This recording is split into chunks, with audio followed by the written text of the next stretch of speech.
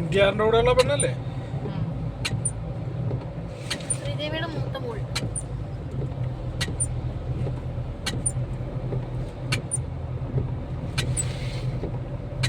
രണ്ട് മക്കളാണ്. രണ്ടാമത്തെ ഖുഷി കപൂർ. ആ പെണ്ണ് സിനിമയിലാണ്. അത് ഇന്നാളൊരു സിനിമയിൽ അഭിനയിച്ചു.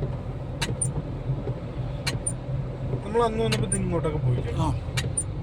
നമ്മളൊരാണോ ഇവിടെ നിന്ന് ഫോട്ടോ എടുത്ത്.